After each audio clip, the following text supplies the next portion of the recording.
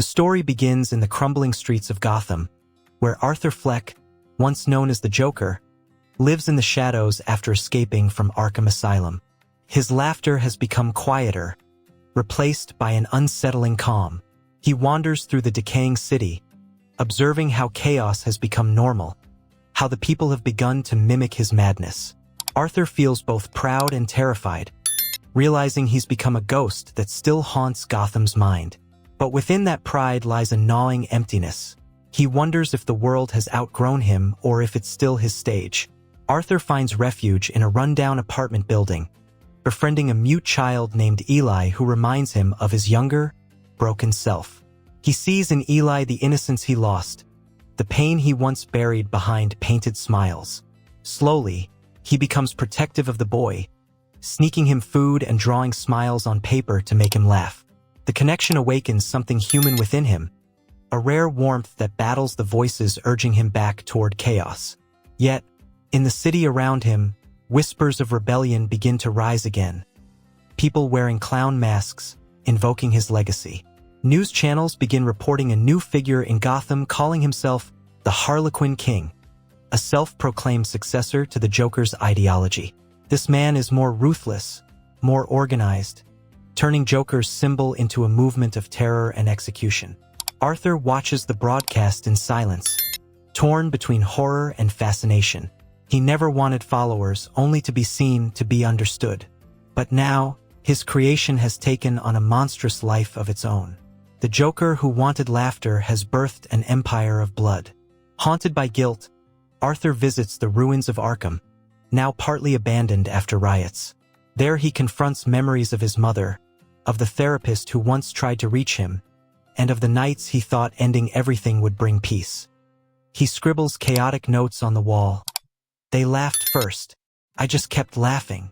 The ghosts in his mind whisper that he can't undo what he started, but he still feels he must try.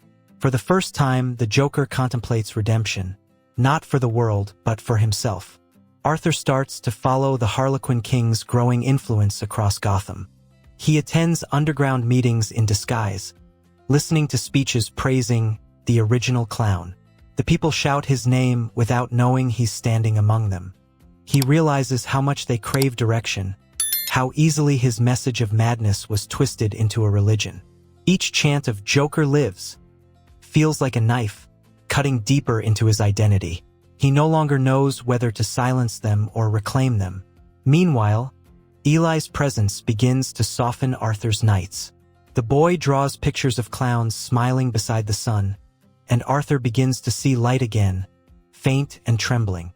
For a brief time, he stops painting his face, choosing instead to talk with the boy in silence. But Gotham doesn't let peace breathe for long. The Harlequin King declares war on the city's corrupt elite, bombing police precincts and broadcasting his crimes live. The laughter Arthur once used to mask pain now echoes in buildings collapsing around him. The media speculates that the original Joker has returned, crediting the chaos to him. Posters appear overnight with his old photograph, his laugh, his stare. The myth of the Joker grows stronger, erasing the fragile man underneath. Arthur, cornered by fate, feels his identity slipping away once again. He begins questioning whether he ever existed apart from the mask. Every mirror becomes an enemy, every reflection a reminder that the world only loves the idea of him, not the man he was. A confrontation brews when the Harlequin King publicly challenges the Joker to appear, calling him a coward who abandoned his own revolution. The city waits for an answer.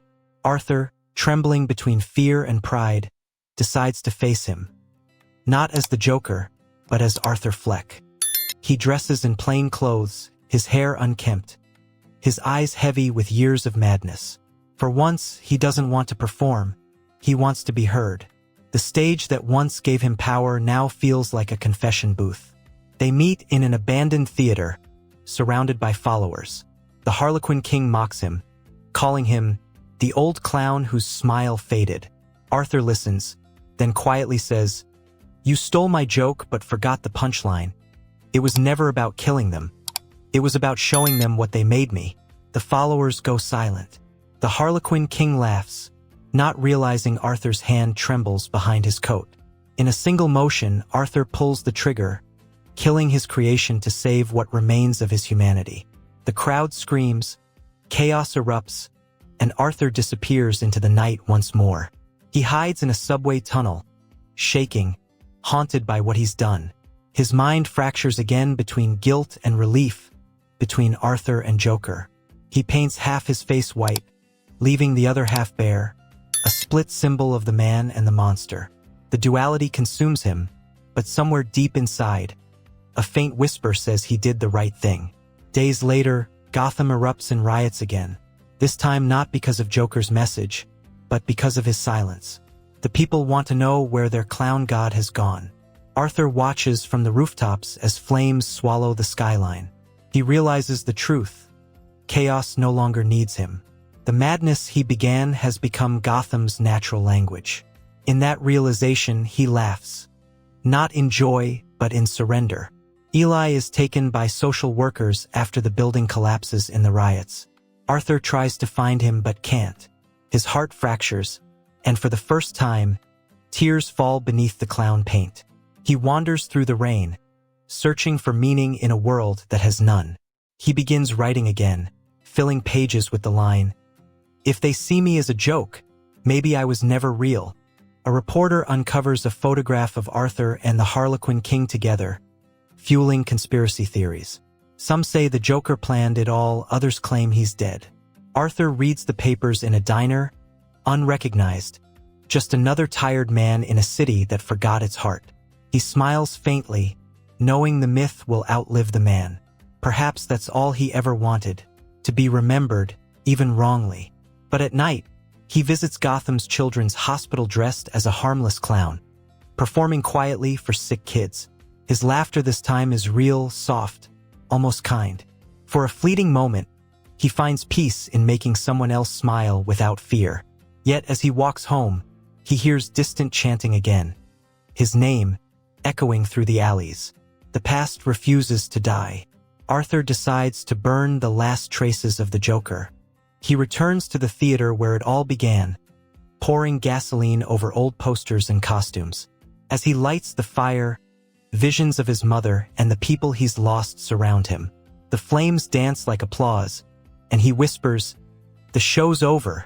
But as he turns away, he sees a child watching from the shadows, wearing a small clown mask.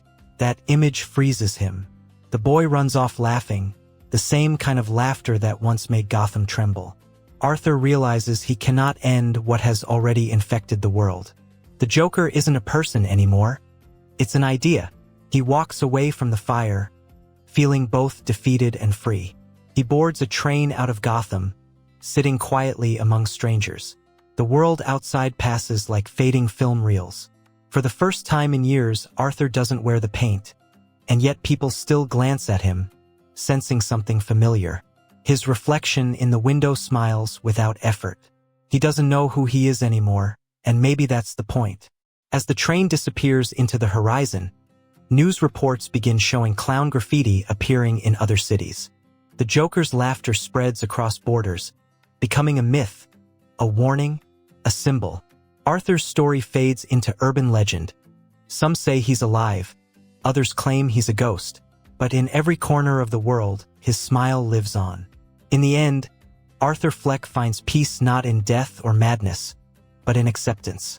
The world will always be its own joke, and he merely wrote the first line. As rain falls over the burning remains of Gotham, a new generation of clowns rise, unaware of the man who started it all. Somewhere far away, a faint laugh echoes in the wind, gentle, broken, and human.